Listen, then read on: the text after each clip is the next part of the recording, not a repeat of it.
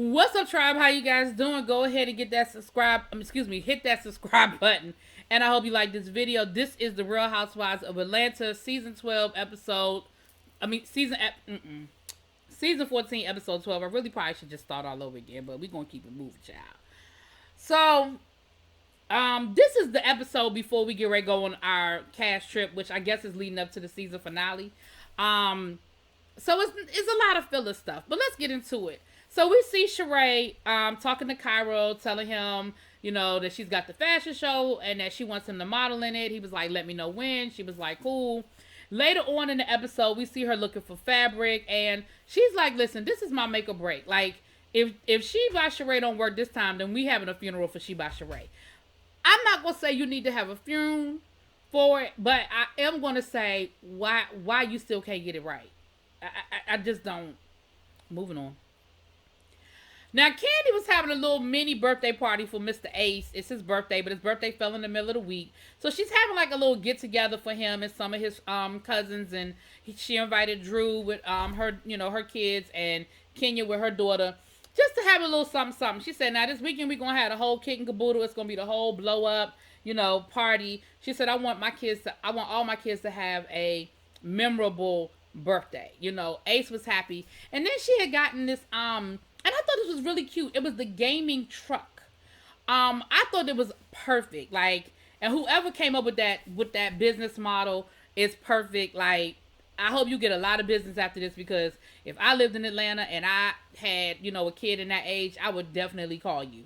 But it's basically a converted motorhome that has all the gaming, and it's got the lights, and it's got the couches and the controllers, and the kids can play 2 or 3 different games throughout the motorhome. So like Ace and them were playing Mario Kart, and some of the other kids were playing something else, and it was just really cute. I thought it's just a really, really cute concept. So it looked nice. Everything is everything. Now, while they're eating, after the ladies get together and they're eating, they get to just chit-chatting a little bit about what had happened down to the mountain, child.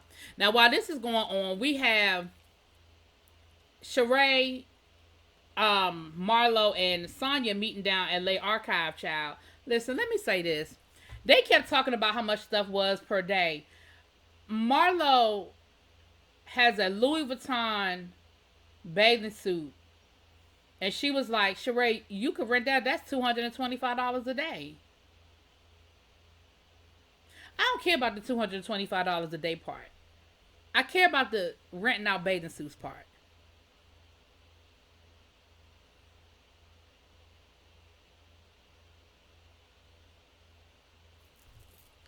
Am I the only one?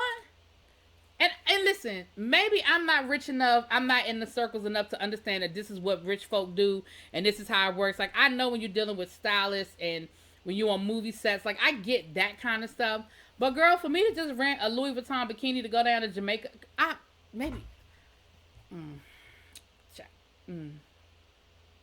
Okay. Anyway, moving on, because I feel like y'all understand what I'm saying.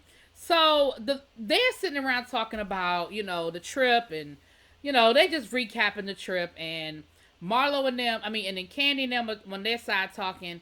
So Sonya says, well, I want to make sure I'm gonna have a little get together at my house, but I also want to just make sure that everybody understands that this is a couples trip, that everybody gets a +1, because I didn't feel like that was clear, that was clear enough when we went to New York, and I just don't want anybody to feel left out of anything. So she calls Kenya, and she says to Kenya, I just want to let you know that, we're going to meet at my house, yada, yada, yada, and I just want to let you know it's a couples trip. So then they go on, and then she says, well, Kenya, I want to be perfectly clear. This is a couples trip. Girl, Kenya was like, girl, bye. I don't have the energy for this, and hung up on her. Now, do I think her hanging up on Sonya was rude as hell? Yes, it was rude as fuck. But I understand some of the frustration that she's dealing with, because, listen, as somebody that's been single for a while, right? Using the word couples trip is off-putting. I would rather her have said, listen, everybody can bring a +1. But for you to keep using the term couples trip, and then now you stressing it and you stretching out the words again, I think Kenya's response was a bit much. But I understand the frustration because it's like, damn, girl, I heard you the first time. Like, I already got to go on this trip because it's part of my contract and I got to work.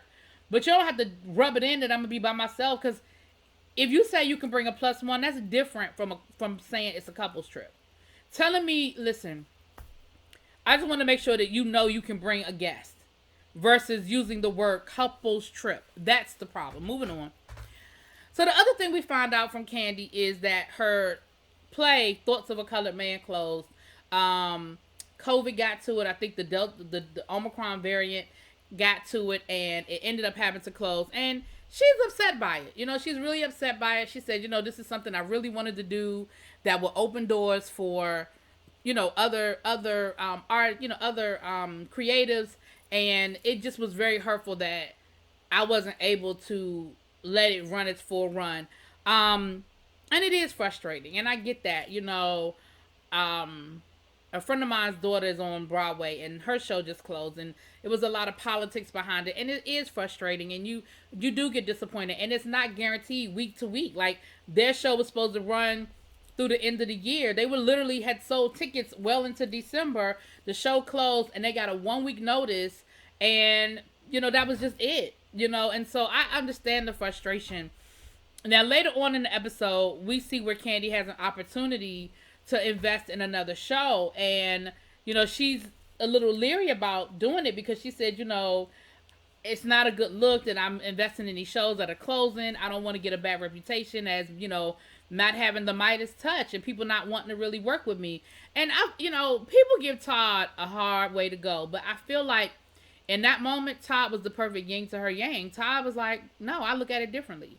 I look at it as you're coming back. Like you had a bad, you had a bad situation. It didn't work out the way you wanted it to work out, but you didn't abandon Broadway. You didn't give up on Broadway. You're back again. And so what if it fails again, and you'll go back again? And so what if it fails? You'll go back. Like, producers don't strike gold the first time, and they don't strike gold every time. So, I think you going back would show that you're dedicated to this, that this wasn't a fluke, this wasn't for publicity, this wasn't a flash in the pan, that you're serious about it. And I think that would go longer and give you more, what's the word I'm looking for? Equity with the Broadway community than just, quitting or whatever. So, and I thought that was great. Like I said, sometimes, I know we give, well, not me, because y'all be giving Todd a hard way to go, but I think in that moment he gave her what she needed as his wife, as his partner, in that moment. So of course we see where Marlo is still struggling with her decision, with what she, with the nephews, and we see that she went to go see a parent counselor, which I thought was a good idea. Listen, I know I've been giving Marlo a hard time the last couple of weeks about this whole situation with the nephews, but I can respect the fact that she's trying to get help. And she told him, what the problem was, and, her struggles and her fears, and, why she did what she did, and all of that. But, that she misses them, and she's kind of ready for them to come home because they're not getting no structure at her sister's house. They just sit on the couch all day and play video games. And her thing was, this is supposed to be a punishment, but they're not being punished. So the one thing that he told her is that she has to create, because she said, I like having fun with them. I like, they're like my best friends. I want to be goofy with them and silly, but I also want them to respect me. And what he said to her in a nice way is, sometimes you can't cross those lines, at least until certain things are established. When they came to live with you, you were probably the fun aunt, right? You were the aunt that had money. You were the aunt that did fun things with them. You were the aunt that did expensive things with them. You were the aunt that gave them a glimpse into a lifestyle that wasn't their normal day-to-day lifestyle. And so when they came to live with you, it was fantasy world. It was Disneyland. And so now you have to put rules in place and you have to hold them accountable, and they're not ready for that. And they don't like it. And listen, let me be clear. Kids don't like structure. Okay? They don't like structure. And so he told her, you have to come up with specific expectations, and you have to be consistent, and you have to do it all the time. If 7 o'clock is when I check your homework, then 7 o'clock has to be when I check your homework. If I give you chores and I say, listen, we're not going to go to the movies until the chores are done, then we don't go to the movies until the chores are done. And if that means we missed the movies this week because y'all played around all day thinking I wasn't serious, then that's what it is, because that's what it's going to be in the beginning. In the beginning, they're going to try you because it's new and they've been able to get away with it. And so, and she said, you know what, I appreciate it. She said, can I bring the boys with me? And he said, yeah, like we can have a conversation together. So I have to give credit where credit is due and respect the fact that Marlo reached out and asked for help. And now it's up to her to do it. It's up to her to enforce it and do what needs to be done. Okay. So I respect that. Now, Kandi and her family trying to do this estate planning situation. Listen, I understand that Kayla and her other daughter, Lord, I can see the baby face, but it's escaping me now. I understand that Riley. I understand that they're old enough to be a part of the conversation and understand what's going on. But here's my problem. When you have 4 different people in a room to talk about money, you're going to get 4 different opinions. Especially when Kandi and Todd ain't even on the same page when it comes to their estate and what they're going to do with the kids. I feel like they should be on the same page. They should know what it is that they're going to do and have a united front. And when they talk to the girls, it's not I'm asking you your opinion. It's I'm telling you this is what's going to happen. And here's why. A couple of reasons. One, because it ain't their damn money. They ain't earn it. They didn't make none of it. They ain't work for it. It ain't theirs. So if I say to you that I'm going to give you $3 million every 5 years until you're 40, then that's what you're going to get. You're going to get $3 million every 5 years until you're 40. Because I feel like, and what Todd said makes perfect sense. He said, listen, if you get it all in one lump sum and you blow it, then you broke for the rest of your life because you might have made some bad decisions. But if you get a lump sum spread out over years, over time, then if you screw up at 25, then you know that at 30, you get to do it again, and you might have learned some lessons, and you might have figured some things out. You might be in a different space. You might have a child now. You might be like, they're different things. I'm okay with what Todd said, but they were like, well, you might not let us, and you may not do this and do that. That's what the whole purpose of a trust is. It's not about him letting you do anything. It's about, this is what's set up. This is what it means. Because then they started talking about, well, what if we don't leave together? What if one's alive and the other one isn't? And they were like, well, Todd is tighter. Basically, it was, Todd's tighter with money. Mama gonna let us keep spending up her money and let us spend it how we want to spend it. My thing is this. At this point, neither one of y'all are minors anymore. They don't have to do anything. So you making it seem like you're in college. Riley's in college, hopefully to put herself on a path. She's pre-law. Hopefully she'll be a lawyer, and the money will be a buffer, not a necessity. And Kayla, right now, she's working, she's paying her own bills, so whatever she get is going to be extra too. I just felt like, and I mean, I know part of that was for the purposes of filming the scene, like I get that.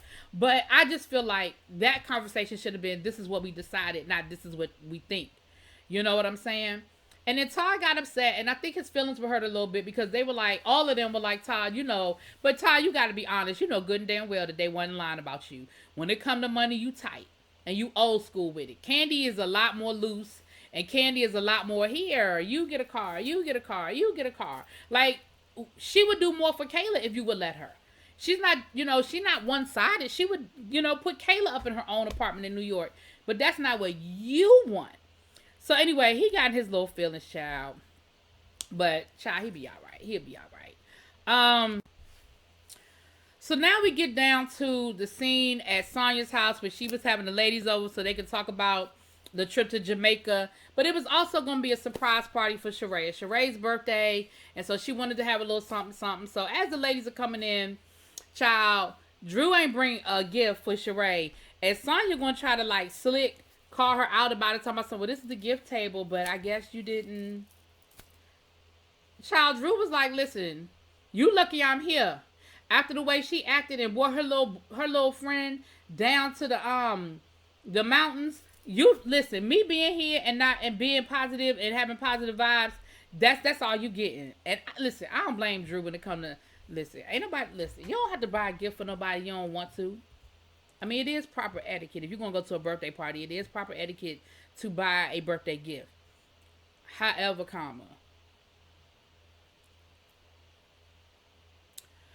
anyway, so the ladies are showing up. So Sonya pulls Kenya aside, to talk to Kenya. Well, Kenya, of course, ignores Marlo on site.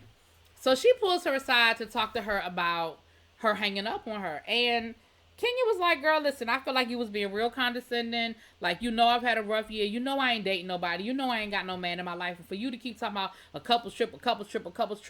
But Sonya made a valid point. Sonya was like, girl, the next time, just use your words. Like, you don't have to hang up on me. That's rude as hell. Use your words. Say, listen, Sonya, you being real condescending right now? Or, girl, I really don't appreciate, I don't have no man. I'm not dating nobody. I don't have no plus one. The only plus one I got is Brooklyn.